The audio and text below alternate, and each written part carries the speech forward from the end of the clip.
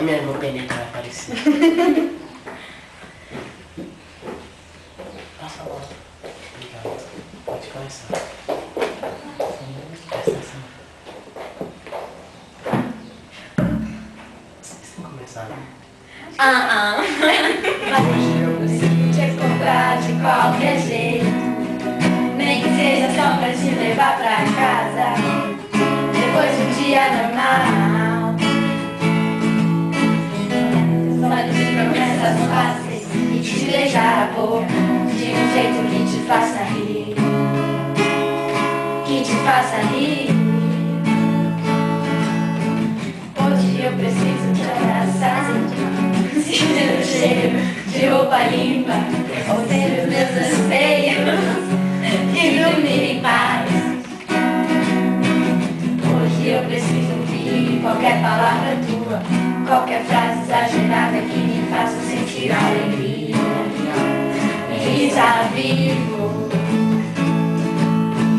Hoje eu preciso tomar um café, ouvindo você suspirar, me dizendo que eu sou o causador da sua insônia, que eu faço tudo errado sempre, sempre. Hoje preciso de você, com qualquer humor, com qualquer sorriso. Hoje só sua presença vai me deixar feliz. Só hoje. Lá. Lá, lá, lá, lá, lá, lá. Vai voltar. Qual é a frase? Exagerada que te faça sentir alegria. Ele sabe. Não é? Onde que era? Hoje eu preciso ouvir Qualquer palavra tua, qualquer frase exagerada que me faça sentir era alegria. mesmo. Ele está vivo.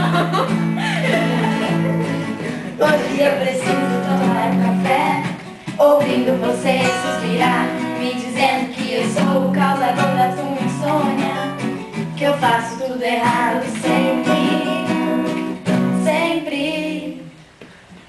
Hoje preciso de você, Como? com qualquer amor, com qualquer sorriso.